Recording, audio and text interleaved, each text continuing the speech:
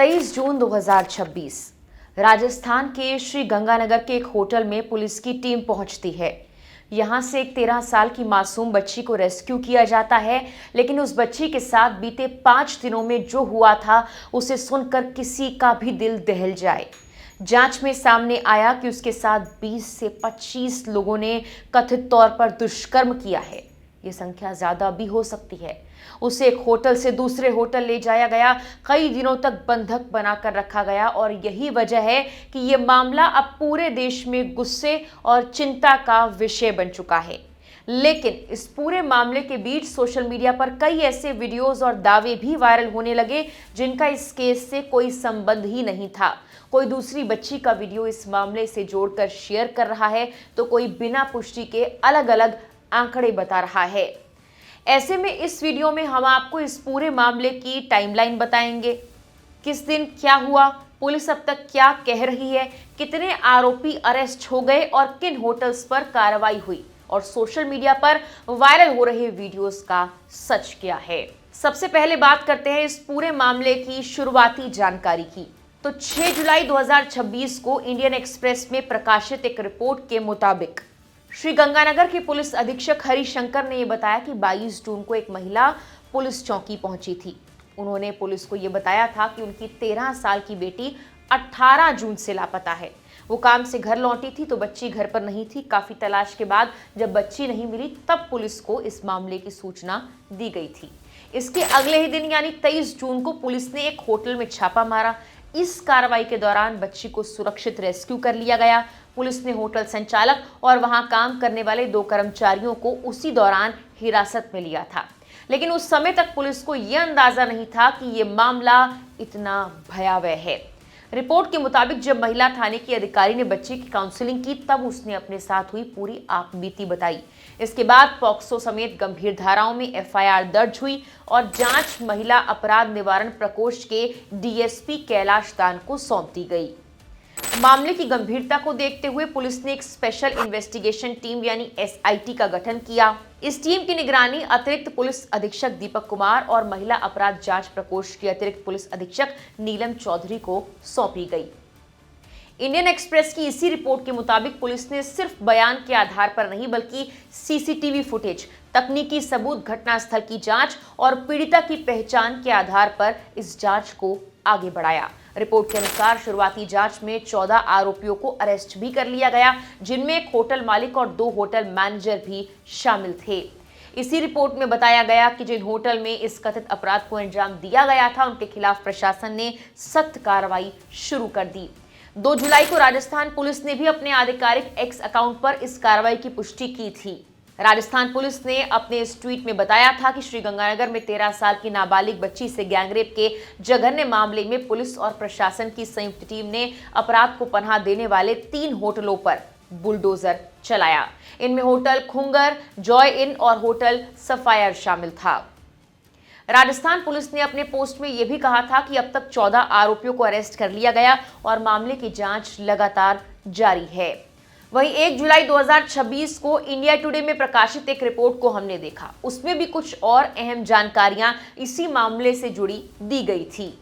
इस रिपोर्ट के मुताबिक पुलिस जांच में यह सामने आया था कि 18 जून को घर से लापता होने के बाद बच्ची एक ई रिक्शा चालक के संपर्क में आई थी। आरोप है कि उसी ई रिक्शा चालक ने बच्ची को एक होटल मालिक के हवाले कर दिया। इसके बाद अगले 5 दिनों तक अलग अलग होटल्स में उसे रखा गया और 30 से ज्यादा लोगों द्वारा कथित तौर पर बार बार दुष्कर्म किए जाने का आरोप सामने आया है।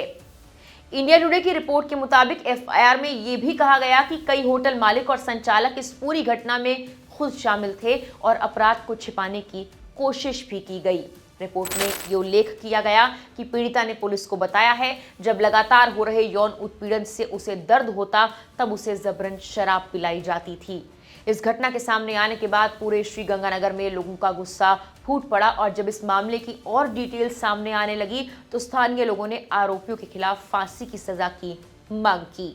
वहीं विपक्षी दल कांग्रेस ने भी प्रदर्शन करते हुए प्रशासन पर सवाल उठाए और पूरे मामले में कड़ी कार्रवाई की मांग की, लेकिन इस केस की जांच यहां नहीं रुकी।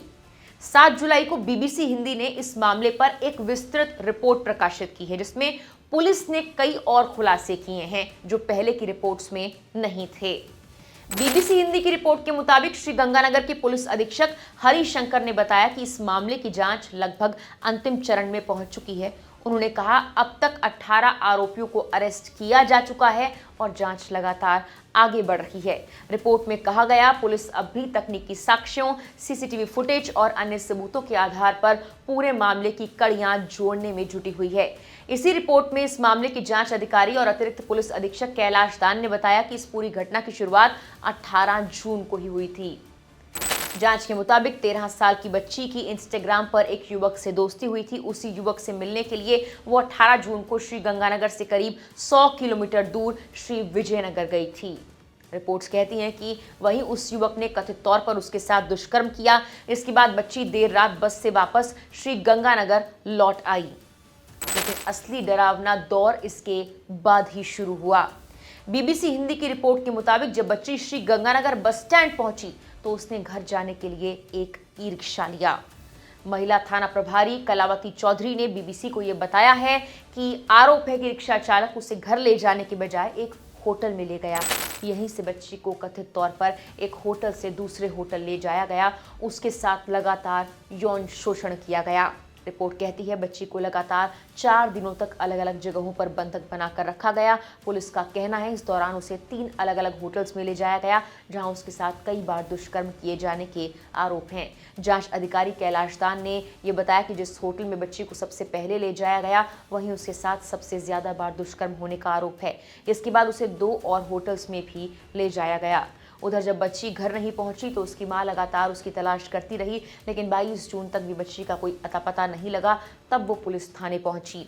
बीबीसी की रिपोर्ट में सदर थाना प्रभारी सुभाष चंद्र के हवाले से ये बताया गया कि मां के थाने पहुंचने से पहले ही पुलिस को बच्ची के साथ हुई घटना की जानकारी मिल चुकी थी।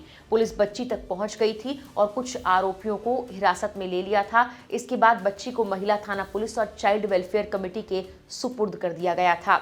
महिला थाना प्रभारी कलावती चौधरी ने बताया कि बच्ची की शिकायत के आधार पर POCSO act, juvenile justice act, देह व्यापार समेत अन्य गंभीर धाराओं में मामला दर्ज कर लिया गया। बच्ची ने अपने बयान में कहा कि उसके साथ 20 से 25 लोगों ने दुष्कर्म किया है। उन्होंने बताया कि बच्ची अपने सोशल मीडिया फ्रेंड से मिलने के बाद रात में बस से ही श्री गंगानगर लौटी थी और वहीं से उसने ई रिक्शा लिया था, लेकिन ई रिक्शा चालक ने उसे एक होटल में ले जाकर उसके साथ दुष्कर्म किया। फिलहाल इस रिक्शा चालक को भी अरेस्ट कर लिया गया है। जांच अधिकारी कैलाश दान ने कहा कि पुलिस ने आरोपियों को रिमांड पर लेकर पूछताछ की, बाद में न्यायिक हिरासत में भेज दिया। सीसीटीवी फुटेज, तकनीकी साक्ष्यों और पीड़िता द्वारा दी गई पहचान के आधार पर कुछ और आरोपियों की तलाश चल रही है। उन्होंने कहा कम से कम 4 और लोगों की गिरफ्तारी भी जल्द हो सकती है। पुलिस ने बच्ची का मेडिकल करवाया, बयान दर्ज किए, आरोपियों की पहचान कराई गई। फिलहाल वो बच्ची अपने माता पिता के साथ घर पर है, जबकि जांच चल रही है। इस घटना के बाद श्री गंगानगर में विरोध प्रदर्शन भी चल रहा है और लोग आरोपियों के खिलाफ कड़ी सजा की मांग भी कर रहे हैं। लेकिन जैसे जैसे ये मामला सामने आया, सोशल मीडिया पर कई वीडियोस वायरल होने लगे और दावा किया गया कि अस्पताल में रोती हुई बच्ची इसी मामले की पीड़िता है। लेकिन क्या ये दावा सही था? ये सवाल तब पूछा गया जब लाखों लोगों ने बिना इन वीडियोस को जांचे परखे शेयर किया। तो इसके बारे में आपको बताना बहुत जरूरी है। 6 जुलाई 2026 को इंडिया टुडे में इन वायरल वीडियोस की पड़ताल को लेकर एक रिपोर्ट प्रकाशित की गई थी। रिपोर्ट्स में यह कहा गया कि सोशल मीडिया पर 2 वीडियो तेजी के साथ वायरल हो रहे थे। पहले वीडियो में अस्पताल के बेड पर बैठी एक बच्ची रोती हुई दिखाई देती है। उसके पास एक महिला और एक पुरुष उसे सांत्वना देते हुए नजर आते हैं। दूसरे वीडियो में वही बच्ची ये कहते हुए दिखाई देती है कि मेरी मौत के बाद सब फंसेंगे, पुलिस भी फंसेगी। इन दोनों वीडियोस को श्री गंगानगर गैंगरेप केस से जोड़कर सोशल मीडिया पर वायरल किया गया था। आपने भी ये वीडियो देखा होगा। एक एक्स यूजर ने वीडियो को शेयर करते हुए लिखा था कि 13 साल की बच्ची के साथ 5 दिनों तक 30 लोगों ने गैंगरेप किया, लेकिन इस मामले पर ना मीडिया बोल रही है और ना ही कोई विरोध प्रदर्शन हो रहा है। यानी वीडियो के जरिए दावा किया गया कि अस्पताल में दिखाई दे रही ये बच्ची राजस्थान की वही पीड़िता है। लेकिन जब इन वीडियोस की जांच हुई तो सच्चाई कुछ और ही निकली। रिपोर्ट के मुताबिक जांच में ये पता लगा कि वीडियोस का राजस्थान के इस मामले से कोई संबंध नहीं है। दरअसल ये वीडियो उत्तर प्रदेश के हरदोई जिले का था। और सबसे दर्दनाक बात यह है कि हरदोई के बिलग्राम में भी 11 साल की एक दलित बच्ची के साथ कथित गैंगरेप हुआ था और अस्पताल में भर्ती उसी बच्ची का वीडियो सोशल मीडिया पर गलत दावे के साथ वायरल किया जाने लगा। खैर, यहाँ भी इस बच्ची के साथ बर्बरता ही हुई थी। इतना ही नहीं, इस मामले को लेकर 4 जुलाई 2026 को राजस्थान पुलिस ने भी अपने आधिकारिक एक्स अकाउंट पर वायरल वीडियोस को लेकर लोगों को आगाह किया था और बताया था कि इन वीडियोस का श्री गंगानगर वाले मामले से कुछ भी लेना देना नहीं है, ये मामला हरदोई का है। साथ ही लोगों से अपील भी की गई थी कि बिना पुष्टि के किसी भी वीडियो या पोस्ट को शेयर ना करें और खासकर इस मामले को लेकर कई वीडियोस हैं जो भ्रामक हैं।